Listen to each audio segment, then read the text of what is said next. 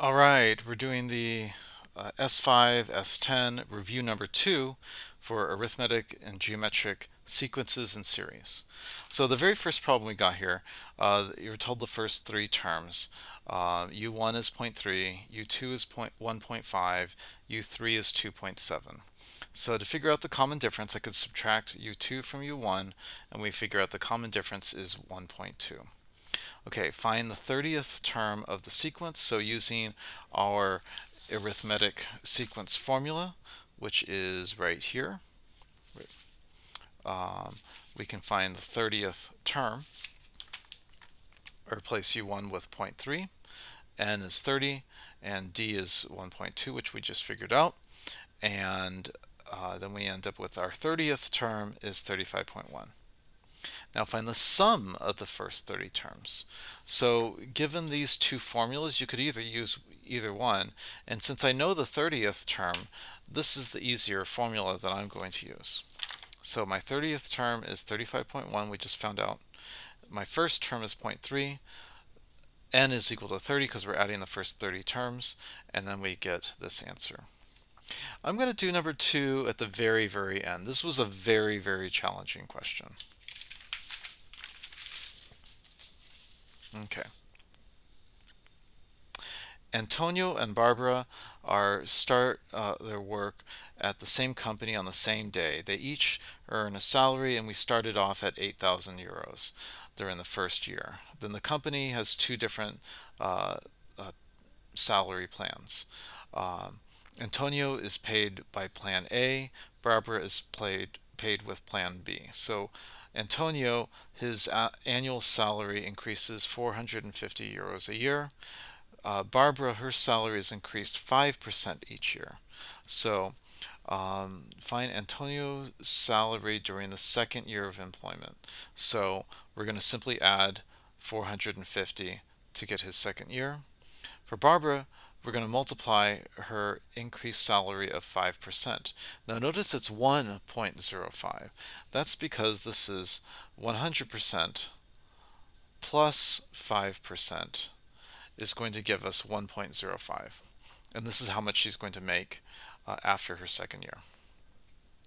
Okay, now write down an expression for Antonio's salary during the nth year of an employment. So we're using this formula here, and we get this. U sub 1 is 8,000. Her common difference is 450. For Barbara, to get the nth term, we're using this formula here. And we know U sub 1 is 8,000. Her common ratio is 1.05. And there are our expressions. Okay. Determine the number of years for which Antonio's salary is higher than or equal to Barbara's salary. So what I did was I used these two equations here, and I put them into my calculator. So let's do that right now. Okay.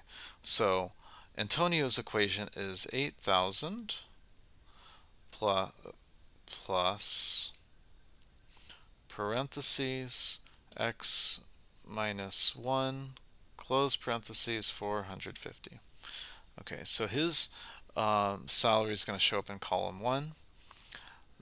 Barbara's salary is 8,000 times 1.05 to the power parentheses x minus 1 close parentheses. Okay, so we're typing it like this. Now I'm going to hit second graph.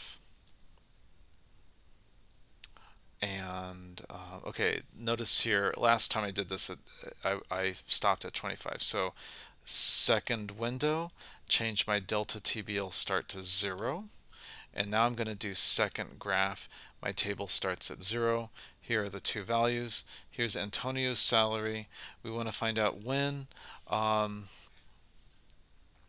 Determine the number of years Antonio's salary is greater than or equal to Barbara's annual salary. So here's Antonio's salary.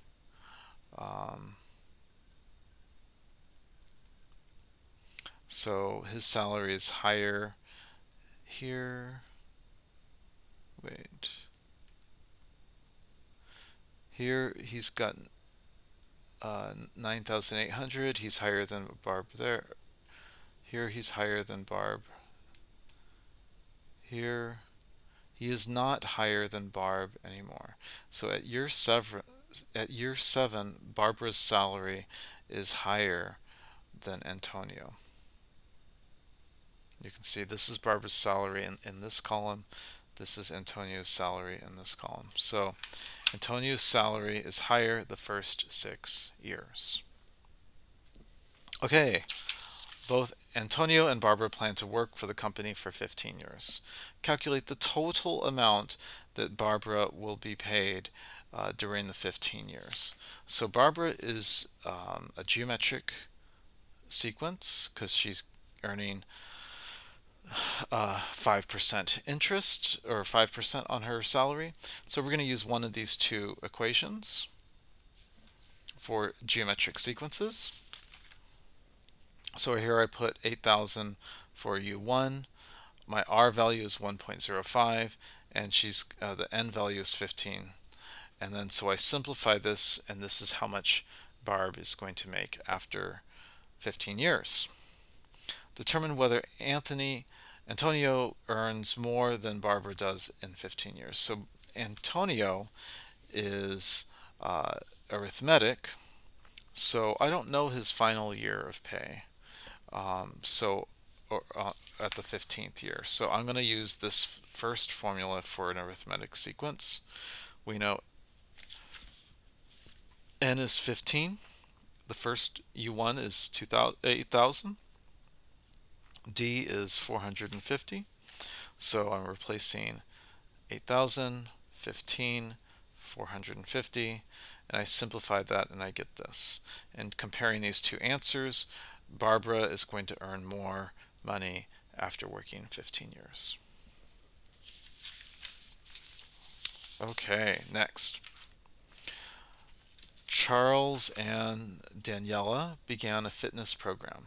One day they both ran 500 meters. On subsequent days, Charles ran 100 more than the previous day, and Daniela increased her distance by 2% from the previous day. So Charles, since he keeps adding 500 meters, his situation is arithmetic. Since Daniela increases by 2%, her situation is geometric. So using these equations for arithmetic and geometric from our formula packets, we need to figure out how far did Charles run on the 20th day, how far did Daniela run on the 20th day. So replace N with 20. We know Charles runs 100 more, so his D value is 100. U1 is 500. Simplify. Okay, Daniela started off with 500. Since it's increasing by 2%, R is 1.02. And we're replacing N with 20. Simplify. Okay, on day N of the fitness program, Daniela will start running more than Charles for the very first time. Find the value of N. So here you can see Daniela is not running as much as Charles. So what I did is I'm going to use the calculator. I'm going to plug in both equations, and it takes a long time for her to finally overtake Daniel but this is like days, right? So the answer is going to be we're going to think of it more in months, but for now we're going to talk about it in days. So the hint that I'm going to give you during class is that we're going to change our window, our X max to 1,000, and we're going to change our Y max to 30,000. So then I type in my equations. So 500 plus parentheses x minus 1, close parentheses, 100. Okay, and then y2, it's 500 times 1.02 to the power of x minus 1, close parentheses. Okay, and now I'm going to do second trace. And let's look at the graph. And we can see they intersect here at this point here. So if I do second trace, 5 for intersect, we want to find out which curve. So I'm going to hit enter, second curve, enter, guess, I hit enter, and now the intersection is 148.2. 184.2. So we know that at the 185th day, Daniela will overtake Charles's distance for the first time. Last page. Okay, so John purchases a new bicycle for $880 and pays it with a Canadian credit card. There's a transaction fee of 4.2% charged to the credit card company, and there's also a conversion charge of $1 equals 1. To convert from US dollars to Canadian dollars uses this exchange rate. Okay, calculate in Canadian dollars the total amount that John's going to pay. So $800, we convert it to Canadian dollars, and this is how much he has to pay for it in Canadian dollars.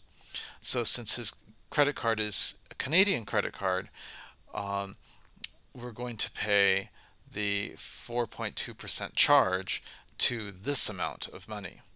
So if I multiply this times 4.2%, then this is the amount of money he's going to pay for his transaction fee to buy the bicycle.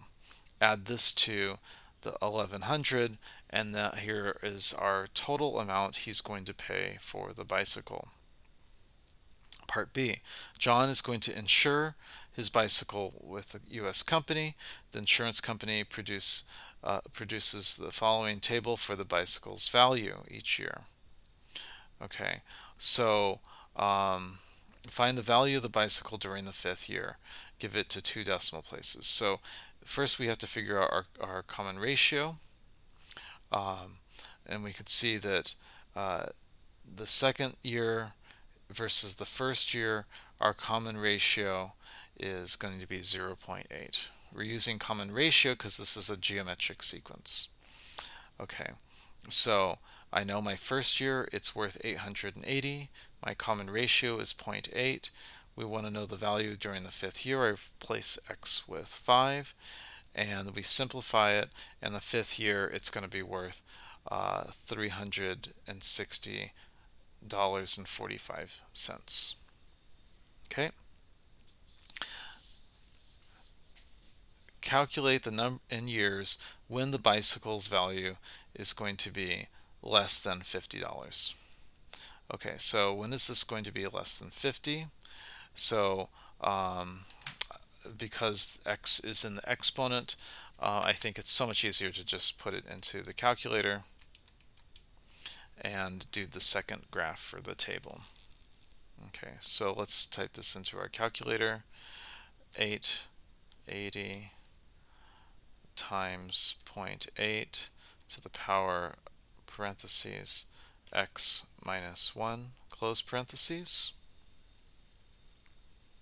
Okay, second graph, and we're going to arrow down till this value is less than 50. Okay, here we go. After 14 years, the value of the bicycle is now going to be worth less than $50. During the 1st year, John pays $120 in insurance for the bicycle in case it's stolen. Each year, the amount he pays for insurance is reduced by $3.50. Okay, so if it's reduced $3.50 each year, this is an arithmetic amount to be reduced. So my first year he paid $120. The common difference is negative 3.5 because it's reduced $3.50 each time. Find the total amount that John has paid in insurance for the first 5 years. So since they're asking us to find the total, we're going to use the sum formula, and we don't know how much he's paid for year 5, so I can't use the second formula. I have to use the first. So we're trying to figure out how much total he's paid for first 5 years. So this is n is going to be 5.